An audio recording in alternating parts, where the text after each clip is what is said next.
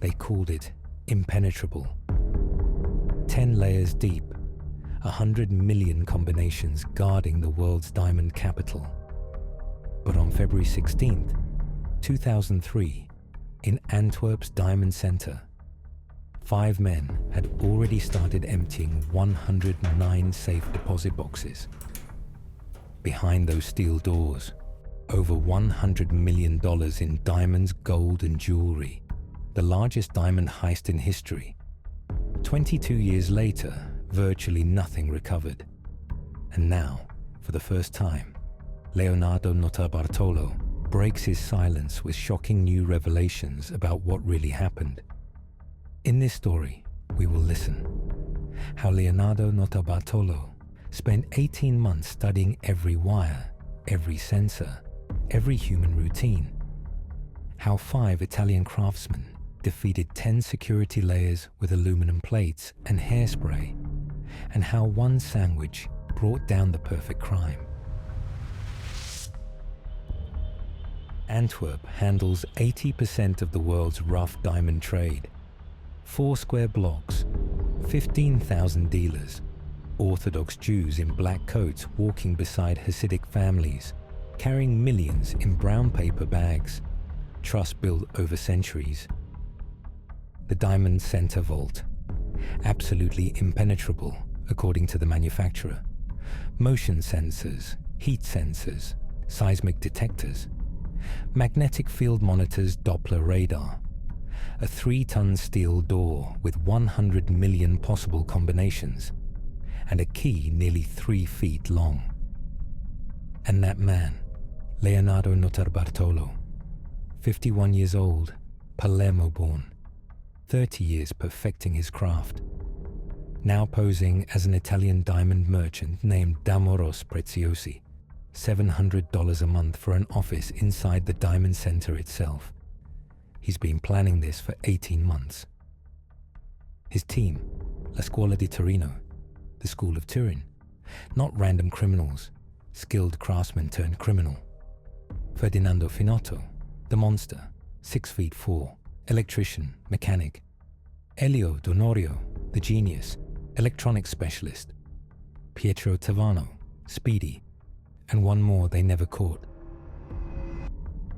For 18 months, Notarbartolo becomes a ghost in the machine, using hidden cameras disguised as ordinary objects, a pen on his desk, a fire extinguisher in the hallway, to record every detail of the Diamond Center's daily rhythms. He documents guard rotations, cleaning schedules, and the subtle patterns that govern life in the vault, building an encyclopedic understanding of when people look and when they don't. The vault's combination lock presents 100 million possible sequences, but Notarbartolo doesn't need to crack codes or run algorithms. His hidden camera simply watches as the vault manager's fingers turn the dial each morning, click by click, the same 4 numbers repeated until they're burned into memory like a prayer. Then, about 6 months before the planned heist, Notarbartolo makes a discovery that changes everything. The massive vault key, nearly 3 feet of custom forged steel that should be the most protected object in the building, is hanging on a simple hook in an unlocked utility room, accessible to anyone with basic building credentials. The fortress has left its front door key under the mat. With months of surveillance complete, the team develops elegant solutions for each of the vault's 10 security layers. Wire shunts that maintain electrical continuity while disabling seismic sensors, custom aluminum plates that preserve magnetic field signatures while granting access, and perhaps most remarkably, women's hairspray to create an invisible thermal barrier that blinds heat detection systems. It's a masterclass in defeating sophisticated technology with deceptively simple tools. Valentine's Day, February 14th, 2003, marks Notarbartolo's final legitimate visit to the vault before the weekend operation begins. Acting with the casual confidence of a trusted tenant conducting routine business, He sprays what appears to be grooming product near the thermal sensors, creating an invisible film that will block heat detection for the next 48 hours, while security guards walk past without noticing anything unusual. As Saturday unfolds in the Diamond Center, the building gradually empties into the quiet rhythm of weekend operations. Skeleton security crews, reduced patrol schedules, and the kind of institutional complacency that comes from years without incident. For the team watching and waiting, this 48-hour window represents the perfect balance between minimal human oversight and maximum operational time before Monday morning brings discovery. Ferdinando Finotto, at 6'4", with an electrician's steady hands and a mechanic's understanding of systems, removes ceiling panels above the vault with the methodical precision of someone who's done similar work 100 times before in legitimate settings. He installs wire shunts on the seismic sensors, small devices that maintain the exact electrical continuity the system expects, while rendering the sensors functionally blind to the drilling and cutting that's about to begin below. The magnetic field sensors represent perhaps the most technically challenging obstacle. And this is where Elio Donorio earns his nickname, the Genius. He approaches the problem with a jeweler's precision, carefully unscrewing the sensor mounting plates while the system remains armed, then replacing them with custom aluminum plates that maintain the exact magnetic field signature the system expects to detect. It's millimeter-perfect work, where a single mistake would trigger alarms and bring security running. The Doppler radar motion detection system, designed to catch any movement within the vault's protected space, becomes vulnerable once Finotto compromises its ceiling-mounted position during his earlier work. But the team takes no chances, using polystyrene insulation panels to create carefully calculated dead zones where the radar's sweep pattern simply can't see, turning the sophisticated detection system into a network of blind spots large enough for men to work within. Saturday night becomes Sunday morning. They approach the 3-ton vault door, the combination Notarbartolo memorized over months of surveillance. Click, click, click, click. The massive door swings open, silent, perfect. 189 safe deposit boxes total. They empty 109, each box requiring a different approach. Some yield thousands, others millions. The largest box contains rough diamonds worth $23 million alone. Sunday afternoon. They've been working for over 24 hours, diamonds, gold, jewelry, filling garbage bags and suitcases. But time is running out. Monday morning means employees return. Discovery is inevitable. Every minute now increases their risk. Sunday night, they've taken everything they can carry. Over $100 million in diamonds and valuables. They restore the security systems, close the vault door, clean up their traces. To any casual observer, nothing has changed. February 17th, 2003. Monday morning, 7:30 a.m. Diamond Center employees arrive for work. Someone tries to access safe deposit box 109. Empty. Box 110. Empty. By 8:15 a.m., they realize the scope. The largest diamond heist in history has just been discovered. Within hours, Belgian Federal Police, Interpol, and diamond industry investigators swarm the building. The vault shows no signs of forced entry, no alarms triggered, no obvious evidence. The perfect crime appears complete, but they've missed something crucial.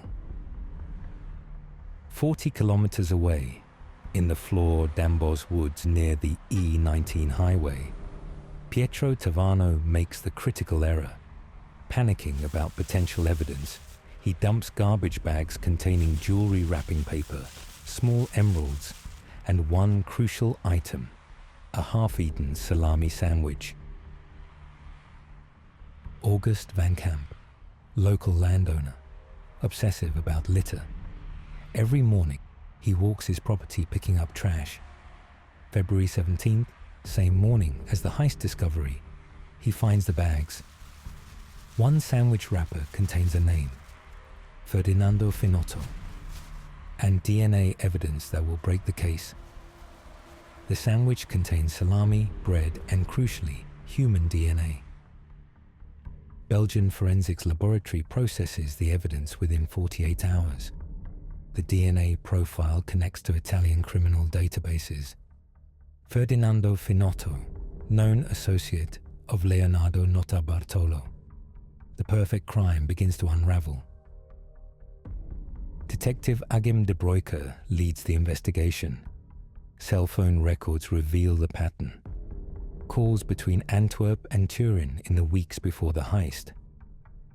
GPS data shows phones traveling from Notarbartolo's apartment to the Diamond Center and back. Digital breadcrumbs leading straight to the team. February 21st, 2003, 4 days after discovery. Leonardo Notarbartolo returns to the Diamond Center using his legitimate tenant badge. Routine action that becomes his downfall. Belgian police are waiting. The mastermind of the perfect crime. Arrested at the scene. The arrest triggers international cooperation. Italian police raid addresses in Turin. March 2003. Ferdinando Finotto arrested. Then, Elio Donorio, Pietro Tavano, the school of Turin systematically dismantled, but one man remains unknown. The King of Keys, the 15th member, described by Notarbartolo as older than the others and one of the best key forgers in the world. Never identified and never caught. The man who found the vault key in the unlocked utility room remains free. 2005. Belgian Court of Appeal. Notarbartolo's defense strategy. Insurance fraud. He claims he was hired by a mysterious Alessandro to steal $20 million, not $100 million. The higher figure, he says, was fraudulent inflation by victims claiming uninsured losses. The defense collapses when prosecutors reveal the crucial fact. The Diamond Center vault was completely uninsured. No insurance fraud was possible. The Alessandro story crumbles. No evidence of this mysterious mastermind ever surfaces. The perfect crime had no hidden puppet master. Leonardo Notarbartolo, 10 years prison plus €1 million fine. Ferdinando Finotto, 5 years plus €5,000. Elio Donorio, 5 years plus €5,000. Pietro Tavano, 5 years plus €5,000. But the sentences matter less than the missing question. Where are the diamonds?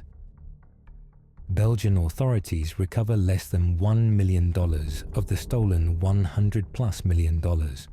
Small emerald fragments found in the forest. Marked bills from a few safe deposit boxes. That's it. 28,000 diamonds worth potentially $500 million today remain missing. The perfect crime's perfect secret. Antwerp Diamond Center completely overhauls security. Biometric scanners, multiple redundant systems, continuous human monitoring. The diamond industry learns the lesson. Technology alone cannot defeat human ingenuity combined with patient planning. 2018. Sandia National Laboratories publishes a comprehensive study of the Antwerp heist for US national security applications. The same vulnerabilities that enabled physical diamond theft mirror cybersecurity weaknesses today. Insider access, human routine, design flaws. Leonardo Notarbartolo today, age 72, released from prison in 2017, now living quietly, running a wood pellet business. Netflix's 2025 documentary Stolen features his first on-camera interview. The gentleman thief becomes a media figure, finally ready to tell his story. 22 years later, 3 questions remain. Where are the 28,000 stolen diamonds worth potentially $500 million today? Who was the king of keys? And was Nota Bartolo's insurance fraud claim partly true, despite the lack of vault insurance? In Netflix's documentary, Nota Bartolo makes a startling admission. They didn't steal $20 million, as he claimed in court. They didn't steal $100 million, as investigators calculated. They stole even more, but he won't say exactly how much. Some secrets, he suggests, should remain buried. The 2003 Antwerp Diamond Heist. Perfect planning, perfect execution, perfect security defeat, imperfect criminals who couldn't resist taking trash with them. A perfect crime destroyed by the most human flaw of all, carelessness with garbage. What does the Antwerp Diamond Heist reveal about security, about trust, about human nature? That sophistication can be defeated by patience. That technology without human understanding creates vulnerabilities. That the perfect crime is always undone by imperfect people. The diamonds worth $500 million today, still missing. The king of keys, still unknown. The exact amount stolen, still disputed. Some mysteries are meant to remain unsolved. Some perfect crimes stay perfect in their imperfection. The perfect crime that wasn't. The Antwerp Diamond Heist. A story of human ingenuity, technical mastery, and the garbage that brought it all down. Some stories are too perfect to be true, but others are too imperfect to be fiction. And that's where we'll leave it. Thanks for listening and diving into this incredible story. If you enjoyed this story and want more documentaries like this, hit the like button and subscribe to our channel. We're just getting started, and see you in the next one.